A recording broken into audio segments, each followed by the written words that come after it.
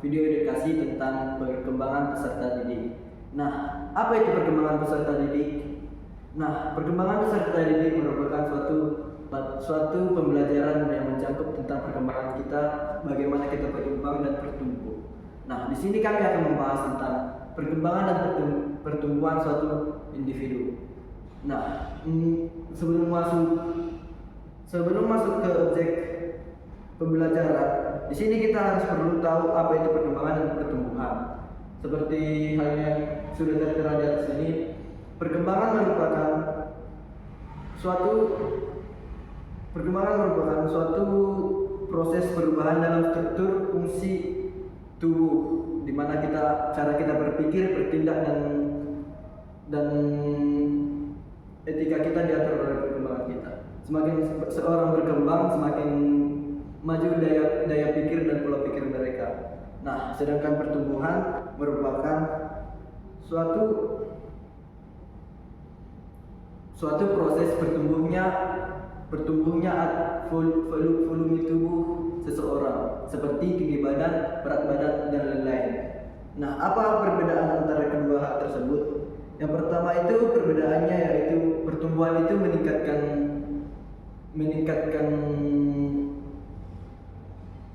pertumbuhan itu merupakan peningkatan anggota tubuh seperti tinggi badan dan berat badan, sedangkan perkembangan itu merupakan perkembangan pola pikir seseorang atau dan yang lain-lainnya.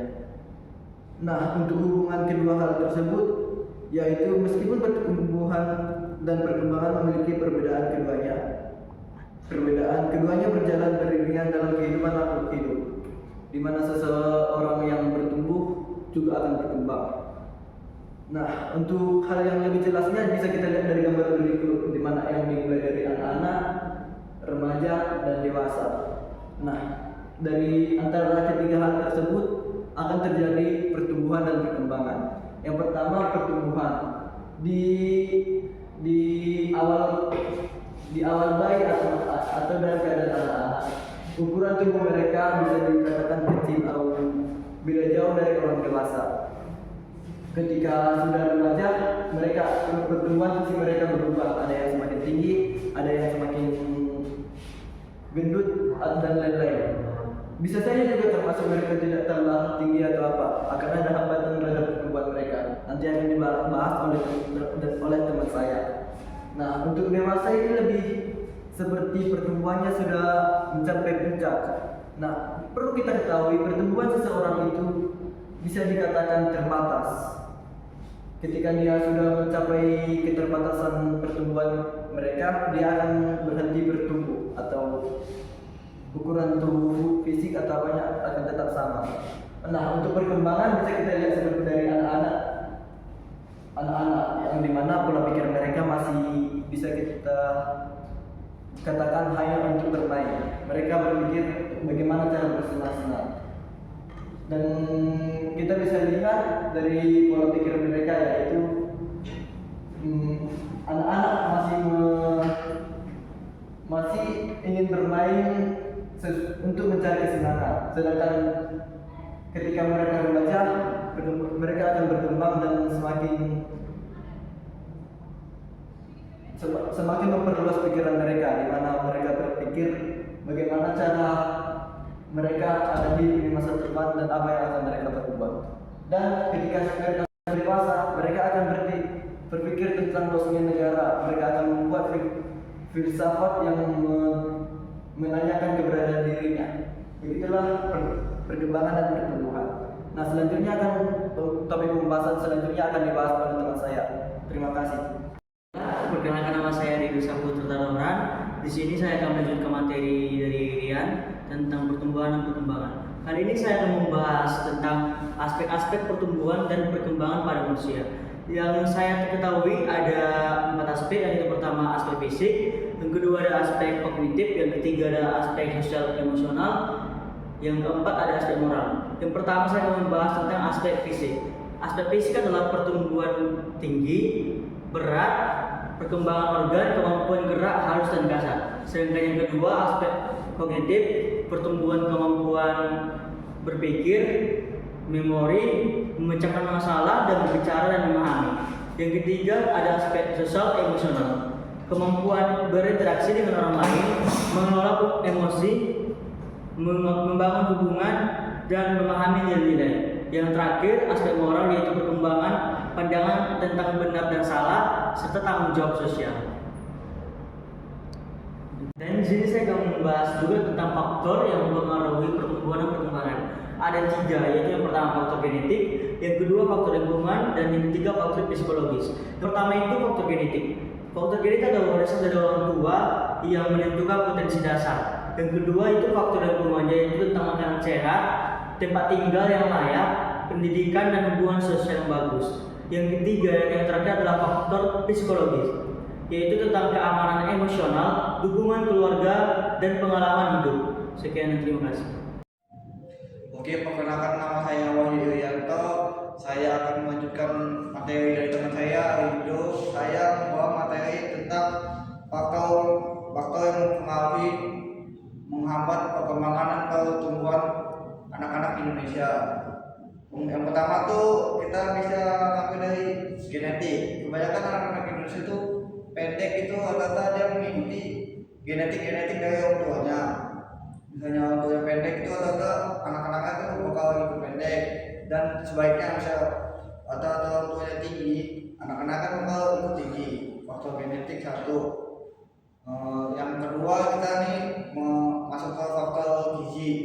Rata-rata kan anak Indonesia itu banyak yang stunting atau kekurangan gizi karena orang tuanya tidak bisa memenuhi standar gizi-gizi yang seharusnya dipenuhi, seperti minum susu, makan daging, sayur, dan lainnya. Rata-rata orang tua Indonesia ini dia tidak memperhatikan anak-anaknya tentang gizi. Jadi karena gizi tidak terpenuhi, rata-rata anak-anak banyak kurus, dan misalnya kebanyakan makan atau sering makan itu anak-anak bakal cepat gemuk.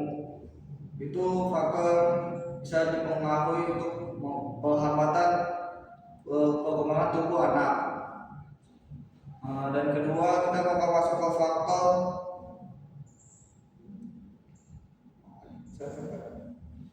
faktor ketiga ini tentang penyakit dan kesehatan. Oke, lanjut. Oke, saya akan masuk ke faktor ketiga. Faktor ketiga ini masuk ke penyakit dan kesehatan. Karena anak-anak tadi diberikan gizi yang tidak sesuai dengan mereka, maka anak-anak tertentu akan terkena penyakit. Contohnya diare, karena makanan yang tidak sehat itu bisa membuat perut kita kena diare. Dan kedua nih, penyakit kedua ini bisa masuk ke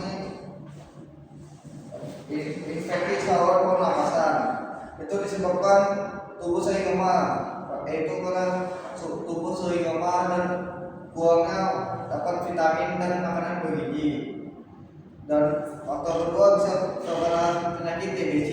TBC itu menyebabkan kita selalu makan makanan yang sembarangan dan tidak ada gizinya. Contoh makanan yang pedas-pedas itu mungkin bisa membuat sakit perut atau segala macam itu. Dan faktor keempat, demam. Kita bisa sering minum es, dan itu bisa memfaktori penyakit demam, batuk, flu, dan lain-lain. Itu karena es itu tidak sehat untuk diminum setiap hari. Dan oke, dengan materi saya dengan hambatan dan perkembangan untuk anak-anak, sekian dan itu doang, dan bakal lanjut di faktor-faktor